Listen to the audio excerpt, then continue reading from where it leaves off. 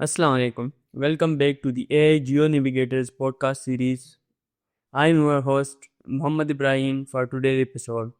Today we are honored to host Mr. Ziaur Rahman, the head of sustainability at Nest. He leads the Nest Office of Sustainability at forefront of driving innovative solutions.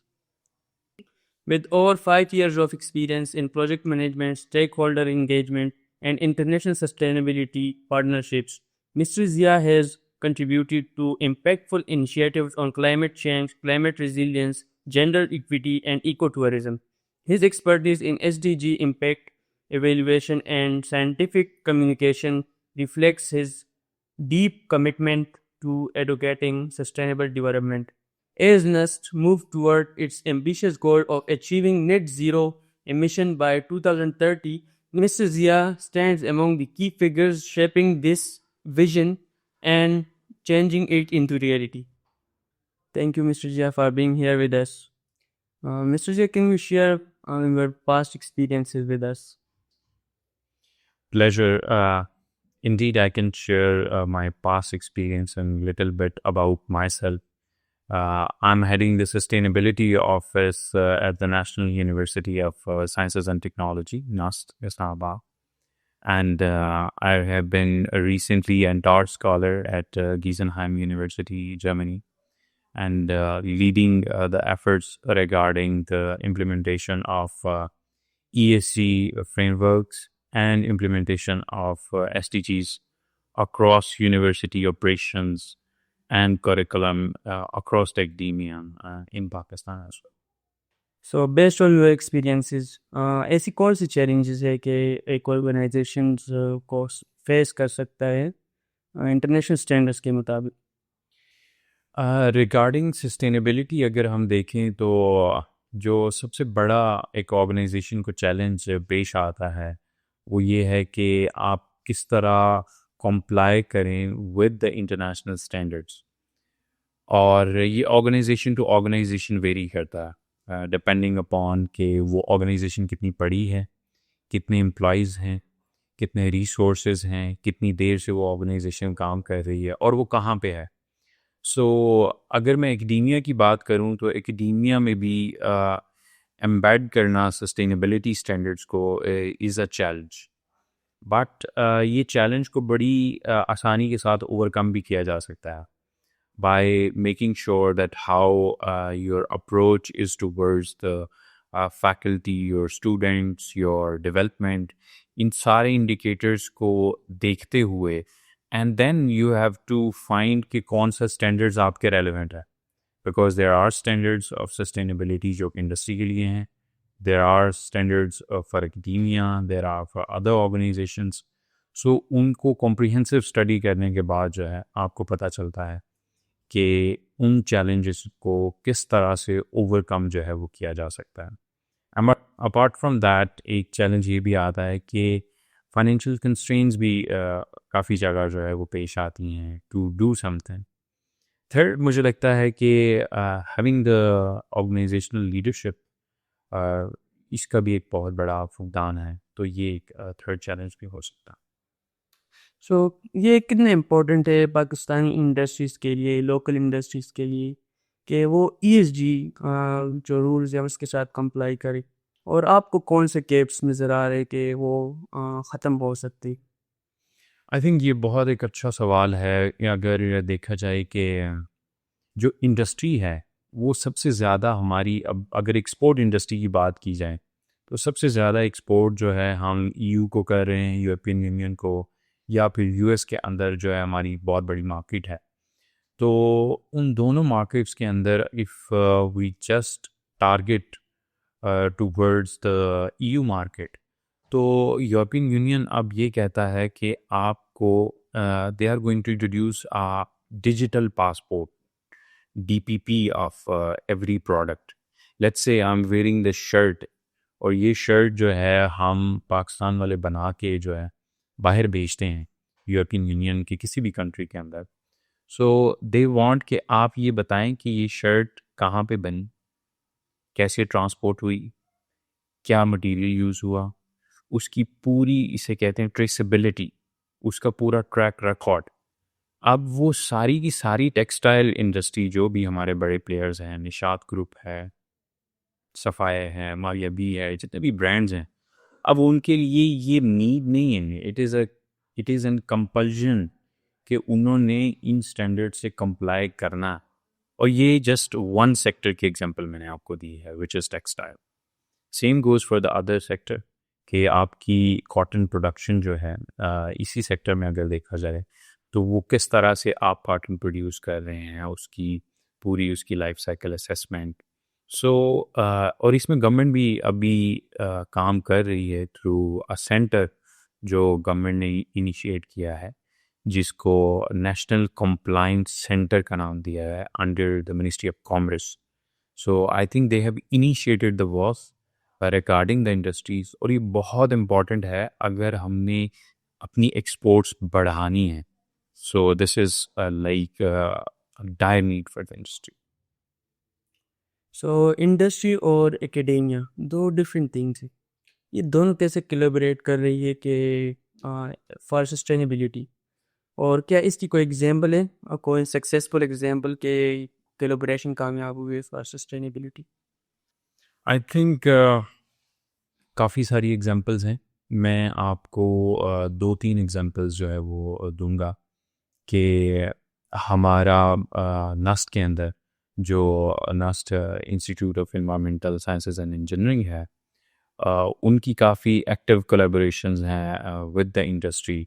अगर हम even के waste water पे बात कर लें तो British American Tobacco जो BAT है, उनका एक इंडस्ट्रियल जो पोल्यूटेड वाटर होता है, they have given a certain project to NUST कि इसको किस तरह ट्रीट किया जा सकता है using biochar. So that has been a success, or the student who worked on that certain project actually later on got a job in the same company. So it's just a very small example on a very small scale. If you talk about on the bigger scale, obviously, मतलब बहुत successful examples हैं हमारे पास at the नास्ट जो हम कर रहे हैं। हमारा बहुत एक बड़ा प्रोजेक्ट रहा है नास्ट में, गैस्ट्रो पार्क के नाम से, which was UK medical research council जो है उसका फंड करते हुए था। एंड देयर वर 5 UK की यूनिवर्सिटीज़ जो इसके अंदर इन्वॉल्व थी। पाकिस्तान के काफ़ी सारे स्टेक होल्डर्स उसके अंदर इन्वॉल्व थे। जो फ्लूएंट आता है, वेस्ट वाटर आता है, उसको किस तरह ट्रीट किया जाता है।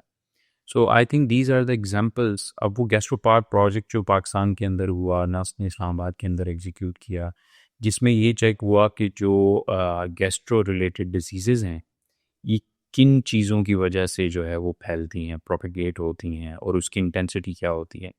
So it is a very seasoned examples in which ना सिर्फ वो रिसर्च हुई, ना सिर्फ वो एकेडेमिया ने काम किया, बल्कि बहुत सारा इक्विपमेंट यूके से पाकिस्तान आया, और बहुत सारे बच्चों ने उस प्रोजेक्ट के अंदर पीएचडी की, कुछ ने मास्टर्स किया। So these are very few examples that I can quote, but we can talk hours on how successful we have done it at NUST. So climate change is a reality, and as the world shifts for climate smart industries, so कौन सी ऐसी skills है, green skills कितनी important है, और पाकिस्तान इसके साथ कैसे इस चेंज के साथ अप्लाई कर सकता है? पाकिस्तान में गवर्नमेंट अप्लाई कर सकती है इसको? I think green skills are the way ahead. अगर आप देखें कि कोई भी एक वर्ल्ड बैंक की रिपोर्ट थी, जिसमें वर्ल्ड बैंक ये कहता है कि बाय 2050 ऑलमोस्ट 43 मिलियन जॉब्स जो हैं वो लॉस्ट होंगी, ठीक है। और but in the same report they also state कि ऑलमोस्ट 500 के करीब, 500 मिलियन के करीब जॉब्स जो हैं वो क्रिएट हो सकती हैं across the world due to this climate scenario that is ongoing, climate change scenario that is ongoing. So इसमें ये है कि वो skills जो आपके पास ऑलरेडी हैं, उन skills को किस तरह you can frame it and you can learn and you can be conscious about environment. These are the green skills. और स्पेशली आप कोई भी बिजनेस कर रहे हैं उसमें रिन्यूएबल एनर्जी की इंक्लूजन, उसके अंदर आपका वाटर कंजर्वेशन का एस्पेक्ट, उसके अंदर कार्बन कैलकुलेशन, ये सारे पैरामीटर्स को आप मलहूज़ ख़ातर जो है वो रखते हैं। इसके साथ साथ अ, अभी जिस तरह आपने कहा कि क्लाइमेट चेंज की वजह से जो है वो कितना इम्पैक्ट आ सकता है, तो आप ख़ुद अंदाज़ा लगा लें कि पाकिस्तान के जो अभी रीसेंट फ्लड हुए हैं 2025, उसके अंदर क्या इम्पैक्ट रहे।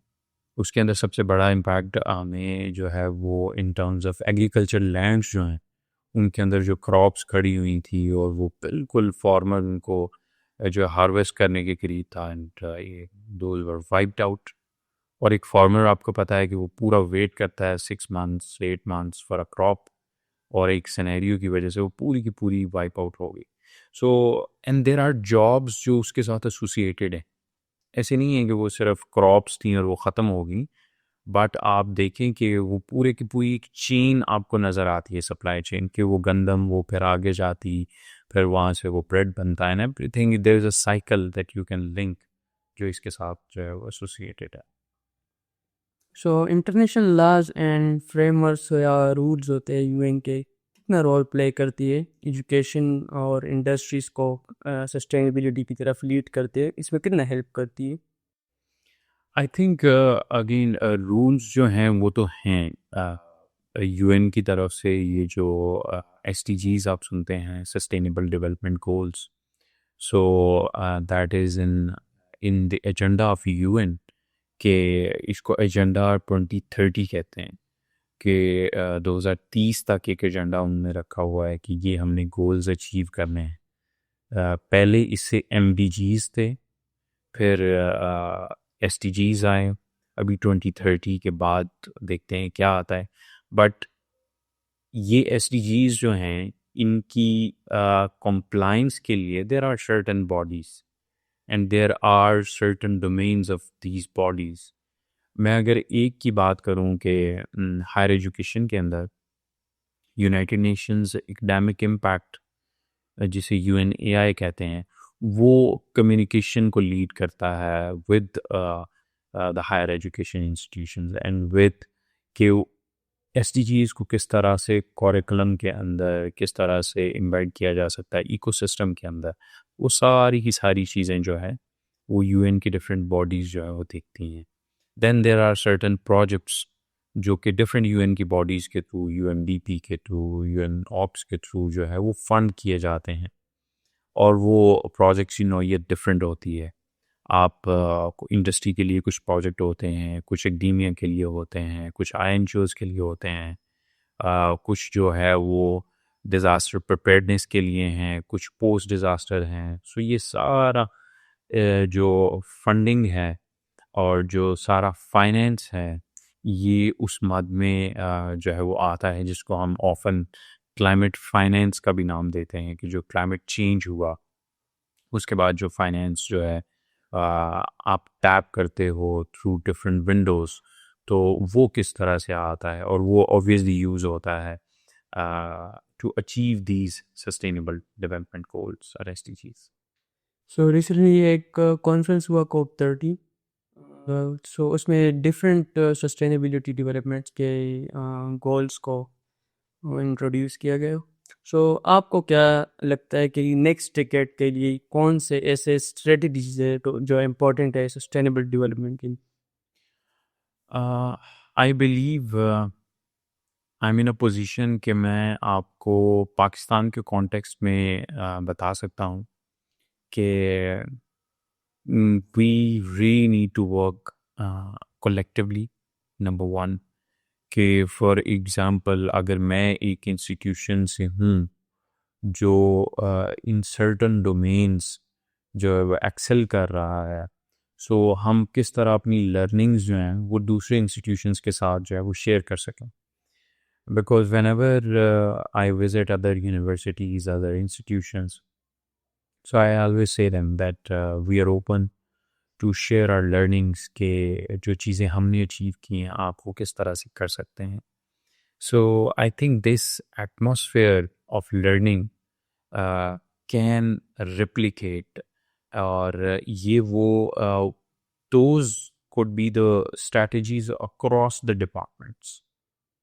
अगर हम इसे इम्प्लीमेंट कर दें पाकिस्तान लेवल पे, अगर हम इसे इंस्टीट्यूशन लेवल पे अगर लेके चलें कि डिफरेंट, लेट्स से सबसे बड़ा एक हर्डल ये भी आता है कि हमारे पास सर्टन डोमेन्स में डाटा नहीं होता, और डाटा नहीं होता तो डाटा के ऊपर वो एनालिटिक्स परफॉर्म नहीं होते, एनालिटिक्स परफॉर्म नहीं होते तो वो अच्छे डिसीजंस नहीं होते।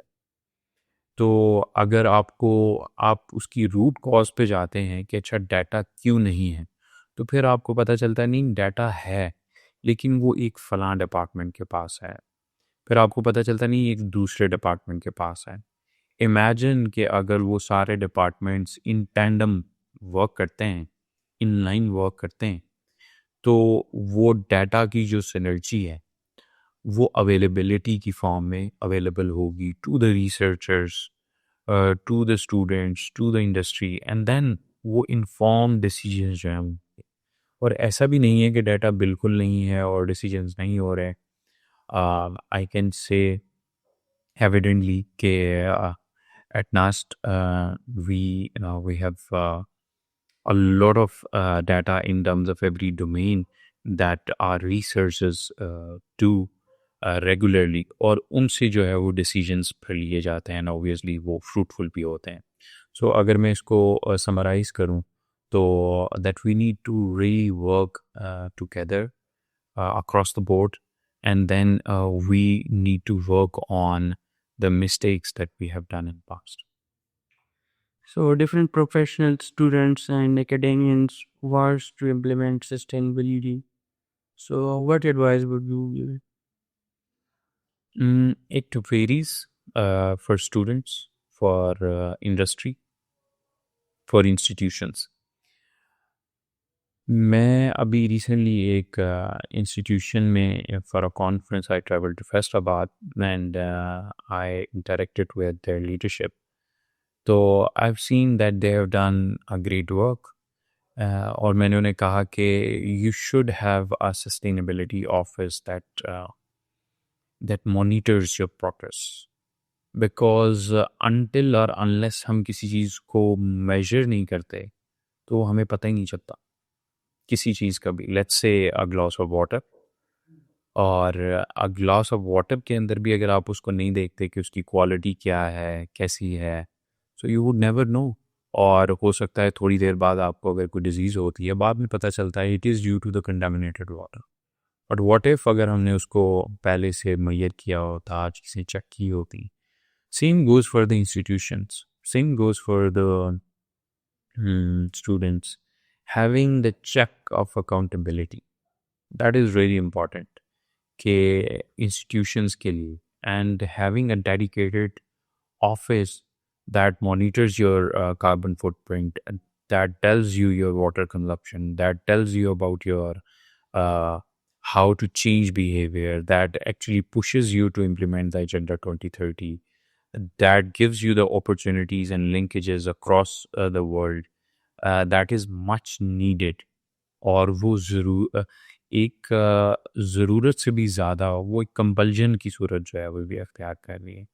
And same for the students, I would say behaviour change at every stage you are, आप किसी भी डिग्री में हैं, किसी भी इंस्टीट्यूशन में हैं, start thinking about that what are the choices that you are making, because ultimately the choices that you are making, either they are going to impact the climate, or either you are going to have a positive what you can say impact towards the environment. One sustainability trend you are most excited about?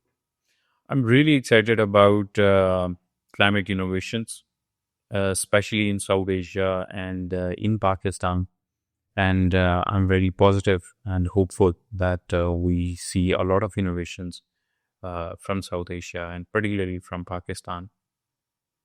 Your favorite international standard for compliance? I would say GRI. So GRI standards are the most favorite. for universities at personal level, we comply, or what you can say that we work more on SDGs because these are the frameworks and we get to choose everything. So, A country leading in sustainability. I would say Denmark in terms of renewable energy, in terms of their circularity models, in terms of how they're implementing their environmental sustainability. Any book or resource that you can recommend for understanding sustainability? Merchants of Doubt, as I already said, that book actually tells you to have the accountability, and it is very relevant with the academia, and that's why, because we interact with the researchers, with the faculty, so I would suggest students and researchers to read that. One word that defines your approach to climate action. Mm, Accountability. Sir climate change एक global phenomena है सो क्या आपको लगता है जो disaster climate change की वजह से आते हैं इसमें क्लाइमेट जस्टिस होना चाहिए? आई थिंक बहुत अच्छा सवाल है, and I really like that, because देखिए, कोई भी चीज़ है ना, उसके अंदर you need to have accountability. आप अगर कोई भी चीज़ करते हो, आप लेट से कोई एक रोल पे हो, और उस रोल के ऊपर अगर आपको जो आपके TORs हैं उसके मुताबिक आपको बाद में अकाउंटेबल नहीं ठहराया जाता, तो आप हो सकता है कि वो जॉब अच्छे से ना कर पाएँ, या आपको पता ही नहीं होगा कि क्या करना. So similarly in the context of climate change as well, climate change में भी जो पोल्यूटर्स हैं उनको जो है वो आगे आना है, और उन्होंने आके जो है अपना कंट्रीब्यूट करना है. अब मैं लेट्स से मैं एक रिसर्चर हूँ, मैं कुछ करना चाहता हूँ, but at the same time मेरी अप्रोच तो है आई नीड फंड्स, मुझे पैसा चाहिए, मुझे at the same time resources चाहिए, मुझे वो सपोर्ट चाहिए. वो कहाँ से आए? और ये सारी चीज़ें आती हैं जब एक क्लाइमेट जस्टिस होता है, जहाँ पे फॉर एग्जांपल एक कोई फैक्ट्री है. ये मुझे एक चीज़ याद दिलाती है, DW की एक डॉक्यूमेंट्री है जिसमें, जो कि बांग्लादेश के ऊपर है, कि वो किस तरह से जो इंडस्ट्रीज़ पोल्यूट करती हैं एग्रीकल्चर को, और वो वाटर जो है वो पहले जो है वो खेतों में जाता है, खेतों से वो जब पानी दिया जाता है चावल की फसल को, तो वो चावल जो लोग खाते हैं, उस डॉक्यूमेंट्री में उन्होंने ये किया कि वो चावल को देखा, फिर वो उन जिन बच्चों ने वो चावल खाए उनके उन्होंने सैंपल्स लिए, फिर वो सैंपल्स उन्होंने जर्मनी भेजे, लैब्स में टेस्ट किए, फिर देखा कि उन बच्चों में और नॉर्मल बच्चों के अंदर जो दूसरे हैं उनके अंदर क्या फ़र्क है, उनके बालों के सैंपल्स उन्होंने लिए, और फिर उन्होंने प्रूव किया कि it is because of the industrial pollution, और फिर उनको अकाउंटेबल ठहराया. So I think this is something really exciting and the dire need of the time. बहुत ज़रूरी है to have the climate justice because that is the way forward. अगर जो कोई pollute कर रहा है, अगर आप उसको जिम्मेदार नहीं ठहराते, तो फिर तो जिसकी लाठी उसकी भैंस, वो वाला निज़ाम हो जाएगा. सर बहुत सारे लोग ऐसे हैं ग्लोबली, इवन डेवलप्ड नेशन से academians don't believe in climate change. उनके लिए अगर आप कोई मैसेज या सोल्यूशन देना चाहें? One word, believe it. I think 2 words हो गए, बट उन लोगों को बिलीव करना चाहिए, बिकॉज ये जितने भी बड़े लोग हैं, ये जितने भी इंडस्ट्रियलिस्ट हैं, आप स्टैट्स उठा के देखें, आप हमारे जैसे कंट्रीज़ की लर्निंग ले लें कि लोग, हमने कितने लोगों को जो है वो डिस्प्लेस किया.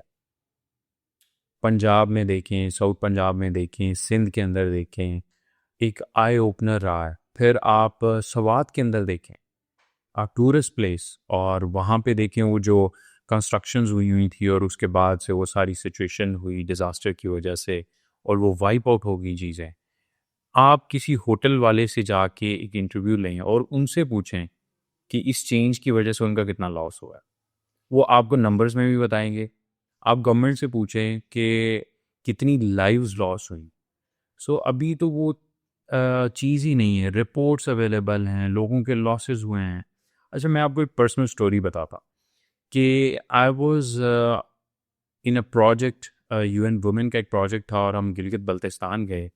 वहाँ पे हमने वुमेन्स के जो हैं वो इंटरव्यू किए और उनसे पूछा रिगार्डिंग ग्लॉफ कि इसके बारे में आप जो है वो हमें बताएं और इस लॉसेस क्या हुए हैं आपके। और वो हमने स्टोरीज़ जो है वो डॉक्यूमेंट की, देन वो फिर कॉप के ऊपर जो है उन स्टोरीज़ को प्रेजेंट किया। तो रियल टाइम स्टोरीज़ हैं जिन जिन लोगों का पर्सनल लॉस हुआ है, लाइक्स लॉस हुई हैं, जिन लोगों को फाइनेंशियल लॉस हुआ है। So that is the impact that you read on channels, that is the impact that your personal belongings are being affected. तो ये सारी चीज़ें जो हैं, ये सारे लोगों के पास एविडेंस हैं कि this is the time to be. So one last question कि इन्वायरमेंटल सस्टेनेबिलिटी, हमारे रिसोर्सेज है, पाकिस्तान है रिसोर्सफुल कंट्री है। सो गवर्नमेंट को कैसे ऐसे स्टेप्स लेने चाहिए, कौन से रूल्स बनाने चाहिए, लॉज पास करने चाहिए कि उसमें environmental sustainability, for example water sustainability आ जाए, फूड सस्टेनेबिलिटी आए? आई थिंक इसमें सबसे बड़ी मैं गवर्नमेंट के साथ साथ आपको कहूँगा कि ये बड़ा इम्पॉर्टेंट है कि हम इंडिविजुअल लेवल पे भी इस चीज़ को देखें। आपको पता है कि एक दफ़ा प्लास्टिक बैग जो है वो बैन हुए थे और इस्लामाबाद के अंदर। Yes sir. तो अभी आपको लगता है कि आई 8 मरकज़ में अगर हम जाएं तो हमें प्लास्टिक बैग मिल जाएंगे? मिल जाएंगे इजीली। ईजीली मिल जाए। क्या रीज़न थी उसकी? मैं अगर उसको थोड़ा सा हाईलाइट करूं तो रीज़न वाज कि अगर आप कोई पॉलिसी बंद कमरे के अंदर बनाते हैं without taking on board youth and other sections, तो वो शायद उसका इम्पैक्ट उतना नहीं होता, वो इम्प्लीमेंट भी नहीं होती। ठीक है, तो गवर्नमेंट वाटर कंजर्वेशन हो, इन्वायरमेंटल सस्टेनेबिलिटी हो, कोई भी डोमेन है, इसमें आप पब्लिक को पहले अवेयर करें through messaging, through social media, through main stream channels, through conversations like this जो हम आपस में बैठ के कर रहे हैं कि क्या ज़रूरत है, क्या होना चाहिए, क्या नहीं होना चाहिए। So all these things, so जब ये मैसेजिंग और कम्युनिकेशन स्ट्रांग होगी, so then you need to bring in the policies और फिर आप उन सारे सेक्शंस को ऑन बोर्ड लेते हैं, मीडिया को ऑन बोर्ड लेते हैं कि भाई हाउ वाइटल इट इज़, आपने किस तरह से फ्रेम करना है, किस तरह से लोगों को बताना है, एंड इंस्टीट्यूशंस के आपने किस तरह की रिसर्च करनी है, इंडस्ट्री के आपने कहाँ पे फैसिलिटेट करना है। सो जब ये सारे सेक्शंस इकट्ठे मिल के बैठ के कोई चीज़ बनाते हैं तो उसका फिर इम्पैक्ट भी होता है और वो फिर इम्प्लीमेंट भी होती है। Thank you, Mr. Zia, for being here with us. Thank you for joining AI Geo Navigated podcast series.